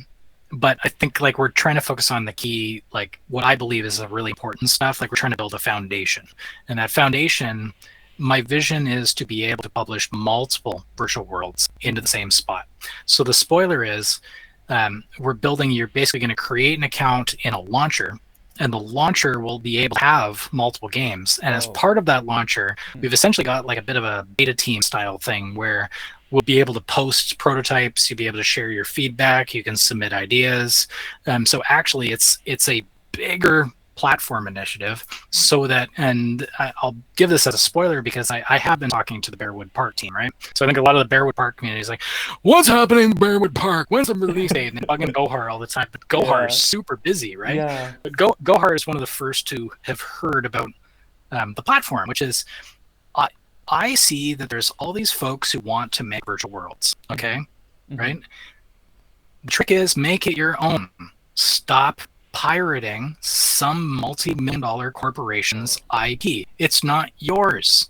I don't care if you think that they don't use it anymore. Just because it's the Porsche in someone's garage and they don't use it doesn't mean you walk up and just go, "Oh, well, nobody's using the Porsche. I'll just take it out of the garage and take it for a spin." It's not yours, guys. Like, it's still, it doesn't matter if they're not doing anything with it. There's a ton that company has just sitting in the vault. That's part of their strategy. They spent a lot of money on that property, right? Like a lot. So do you think that they're okay with people just like using it and spinning it up? No, they are just going, if it's a big enough problem, then they'll tackle it, right? Mm-hmm. It's just a business decision. It's not yours. And you're better than that. Go make something of your own. Go do what Frog Paradise is doing. Go do what Toonkins did, Yeti Life, all these things. Mm-hmm. If any of these guys don't want to have to deal with COPPA compliance, headache, chat filtering, paying the money for chat filter, paying the support staff, paying the moderation, that's what we're tackling with Digital Daylight. If you want to publish your world, Frog Paradise, whatever, we could literally publish any of them into the platform. And the beauty is you would only have to have one account. You just have you, Polo. Polo logs in, and Polo can go to any of the worlds from Polo. I don't have to go and manage multiple accounts and go on this world and have an account on this thing, and this world and have an account on this thing. And then if one world totally falls on its face and fails, well, the beauty is, like, you don't have to lose everything because your community is in your central account, not a world-specific account. So if Parrot is the biggest disaster on planet Earth, it doesn't matter. We can just keep building more and build another world and build Mooseland and build whatever else and just put them in the platform. So we've been focused on foundationals. So there's your a little bit of a spoiler about what we're going to see in November is you will see the launcher and then the world with the launcher. And so the launcher will have its own name, right? It'll be its own property, but it'll be family friendly. And because we know that there's a bunch of folks in the community who are over the age of 18, right? But we also want to make something that's kid safe. What we've made is a truly family friendly sign up experience, everything, so that we can tailor the experience to the different age groups, right? And besides Party Parrot, you're gonna include games that were made by the community, like Frog Paradise and Gohar's game? No, I haven't talked to them yet, but like the only folks I talked to so far is Gohar. So Gohar is where, but he's so busy, and we weren't ready for him. So that was part of what we were talking about and are talking about, this very side of desk, because he's got his own crazy TikTok thing that he's doing, which is like a whole company unto itself, right? Yeah, he's got his own company going off on the side, right? And I mean, last night he just has the dream of building a world. In terms of whether it's viable or not, like that's the thing. Party Parrot may not be viable, right? Like we're gonna have to build this up together, and yeah, I mean, to make it accessible, like we're just making it like your conventional Web 2. Sign up. It's no like NFT crypto stuff. But I mean, we may have peeps that want to do crypto worlds, right? And so I think that will have to be an option for other worlds, right? Where you can opt into it or you can opt out of it. It's like, you don't want to see this, you can hide it. right? It should be optional, right? If you're ever doing that kind of thing. But in the case of Parrot, to me, what matters most is it has to actually be valuable to somebody, right? To a real customer, not to a company. It has to be actually valuable as a feature to a real human, right? The ability to block someone, the ability to mute someone, right? Those kinds of things. Ignore this player that's harassing me. Report them. Have a moderation team. These are valuable features in a social environment, right?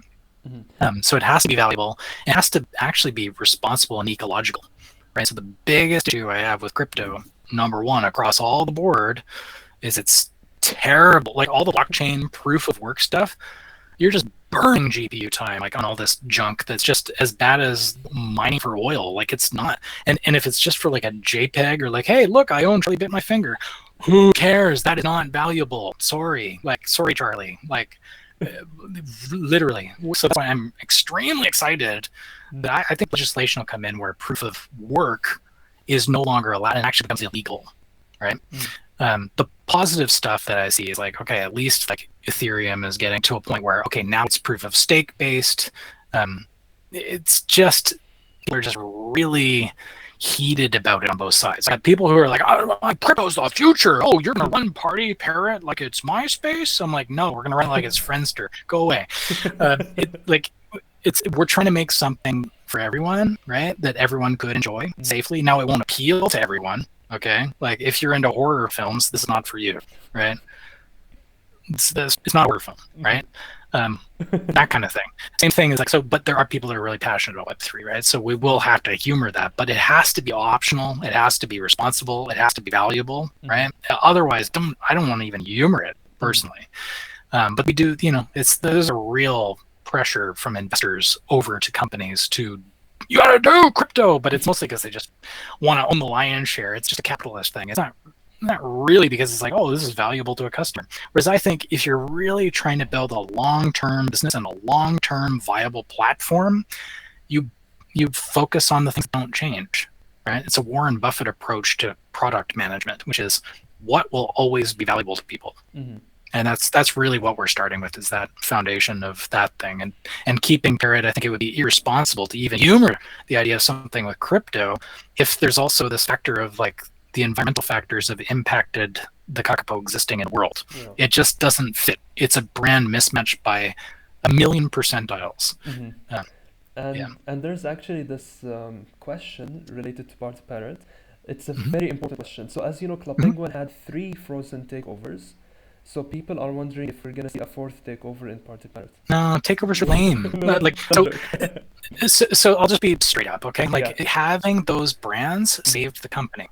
You guys need to know that Penguin wouldn't have continued to exist if we didn't do Marvel. Could you elaborate on this point, because many people don't seem to get why or how? Do you feel it was in decline? We needed a new audience, but it was short-term thinking. I think it was short-term strategic thinking rather than long-term. Just in terms of the execution. If I were to go back to I'm a mod, like right idea, wrong execution. Okay, right? And maybe it's not even the right idea. It's whatever. I'm sorry, fellow kids. Okay, let me get my skateboard in my hat. I screwed that up. In the case of takeovers, I think the idea of going, this isn't your island anymore. Your island doesn't matter. We're just going to arbitrarily throw out the entire story and make it Marvel. Wrong execution, as far as I'm concerned. I think in terms of like brand integrations, people are starting to get it. Like, look at Fortnite. Fortnite literally copied the same model, and they're printing money for Fortnite because of the fact that there's tons of penguins on that team. I don't think that's the reason, but also, I wouldn't discount the fact that it's an influence, that's for sure. When you look at those things, like, what? I wanted to dress up as Spider-Man. I wanted to dress up as Darth Vader, as a penguin. Why would I not let people have that? The trick is, how do you do it? I think you need to preserve the sanctity of the lore. The lore matters, because that world is what you've invested in, right? You haven't invested in this other world that's now, especially if it's like, I don't even know what the Muppets are, and now suddenly there's a takeover of my world with this thing I don't even know anything about. Or Descendants, what is Descendants? Like, do you know what I mean? Like, it's not that it's bad, because truthfully there'll be people that are really passionate about those properties. I think the Muppets are incredible. Like, I mean, some of their stuff is okay, but, I'm much more Muppets fanboy than a lot of other people, right? But, is it a fit? Who knows? Like, I think it's making it optional. I think the force-fed was the thing I didn't love. Mm. But I liked in some of the takeovers. I think the language is wrong too, like the messaging of calling it a takeover. I Yeah. think it's all hindsight is 2020, right? But Mm. I don't think it's the right language. Mm. I wouldn't have called it like a Star Wars party. And I think the team kind of picked that up, and it started Yeah. kind of like frozen party. Mm. I like the ones where you left the island, went to a different place. That's But the then word. it's like, Mm. yeah, to me that makes a little more sense because now it's not like, I mean, it makes more sense to Star Wars, right? Like, they had no connection to this other franchise, even though it's the same company. They're still like very, very separate lores, and also Star Wars fans, it turns out, are very, very passionate and don't want you screwing up their brand. Oh yeah, I Like, remember their YouTube comments. That was a thing at the yeah, time. Yeah, they were really harsh. yeah. Yeah. Yeah, Mhm. yeah, and I think a lot of them ended up DDoSing Club Penguin because they were pissed off about Oh Star yeah. Wars being bought by Disney. Mhm. They would just attack anything that had to do with Disney Star Yeah. Wars. They were like, out, kill it. Mhm. So I'm a big fan. Okay, we're adults, so I can talk about adult stuff. Mhm. I'm a big fan of the View Askew universe, right? Now I think a lot of his stuff, like Kevin Smith, right? So he started on this concept of like, these are like, you know, like bratty comedies for 20-something stoners type thing. Like it's not kid safe. This is a very different headspace, right? Mhm. But the View Askew universe, he would bring in characters into, like, you have the character that showed up for a cameo in Clerk show up in Mallrats, who then shows up in Dogma. Like he would do this kind of like interconnected, even though they're totally separate lores, they're kind of roughly connected. This also happened with Richard Garriott. So Richard Garriott famously is the guy who created Ultima, and Ultima is like quintessential role-playing game. Like in the video game space, Ultima is unbelievably significant. Ultima and Wizardry are two games that influenced Dragon Quest and Final Fantasy. Oh, Without wow. those two games, the Japanese team would not have made Dragon Quest or Final Fantasy. So that's Richard Garriott. So Ultima was his Dungeons and Dragons campaign. It was all his characters, his universe that he made as a D&D campaign. So it all comes back. D&D comes into Ultima. Ultima later goes on to get acquired by EA, I think, or something. I don't fully know the story, but Origin Systems, who was his company that ran Ultima, ended up selling to Electronic Arts, and they created Ultima Online. So he took that franchise and made one of the first prominent MMOs, right? This is a massive MMO. And one of his co-founders, Star Long, hilariously enough, ended up being a producer on Club Penguin. I don't know if you know that. Oh wow. So the connection between Ultima Online and Penguin is there. People don't realize stuff. Yeah. The way that Lance learned to make Penguin was to take the source code and learn how to make a private server. And what by private, I mean hosted it himself and didn't share it on the internet. I know what Right? you're It's saying. a solo player, not I'm going to take and torrent a movie and distribute it to 11 million people CPR. Hello. Okay. Difference. Yeah. That's a public pirate server. That is not a private server. So distinction is important. So Ultima Online taught us how to make Penguin. So the lineage is right there. And the interesting thing is he carved out a piece of that lore and then started a new company years later and started a property called Shroud of the Avatar. And Shroud of the Avatar comes from the same sort of lore lineage as Ultima. So if you're a big Ultima fan, they knew that Shroud of the Avatar was a continuation of that lineage. And so to me, what I love is like, to me, they're all kind of part and parcel of the same extended universe. Yeah. So Snails is part of that universe, Critters is part of that universe. And even though different companies are working on these things, like Disney owns Penguin, Hyper Hippo owns Box Critters, Digital Day like owns Party Grid, even though they're like connected, they got Lance DNA. This is the key thing to all that lore, is the Lance DNA. It all started with a snail. Yeah. So I think it's important to kind of recognize that it's almost like his Ultima in a way, this kind of snail verse. So I don't know if that answers the question for Rybo, but that was really cool. So Rybo actually had a couple of questions, but since you literally have 1 minute, maybe I'd better ask him to DM you rather. Sure. Okay. Yeah, I mean, you can go for one more, and I'm late to a meeting, so I'm going to warn them. Yeah, the final question I actually wanted to ask you is something that many people actually submitted, which is, we know that you've always wanted to work with Moose on a big documentary on Club Penguin, and you even wanted to ask Spike Hike for his input. So what's the status on that whole project? We just restarted the idea. We think it's bigger than just a Penguin story. I think it's actually a story of like ego and technology are the enemy of community. That's the kind of the theme. Yeah. And there's all, like what I talked about with Ultima, Flash, like when you look at all these interconnected pieces and this network of all these people that are connected to these people, it's that story needs to be told. So we're talking about it again now. Like we literally had a conversation about it 2 weeks ago, because I'm kind of ruthlessly dedicated to making sure that the story, because it's really significant for a small town. It's too weird. Like Penguin shouldn't have been successful at all. Like it doesn't make any sense when you look at it, but it was. So to me, that's like there's something interesting there. And the bigger story is how it weaves in and out of the industry and how it created all this stuff, and now all these people are starting all these other companies. Like one of my fellow managers is the co-founder of Mythical Games. I'm talking about Web3, right? Like they went off to Activision Blizzard, and then they also went off and started Mythical, which is Blanco's Block Party, right? So people are asking about Blancos. It's like, well, no, we've got folks that were on the Penguin team that are in Web3. We've got folks from the Penguin team that are in Web2. It doesn't matter. It's all just marketing. Who cares? Anyways. So yeah, and the final thing so that we can end the fun chat on, you just mentioned the Moose and Polo interview that the interview that you guys are working on, which I called Moose and Polo. How does it relate, or how does it differ from what you mentioned as the Rocket Snail book, the 1,000 pages?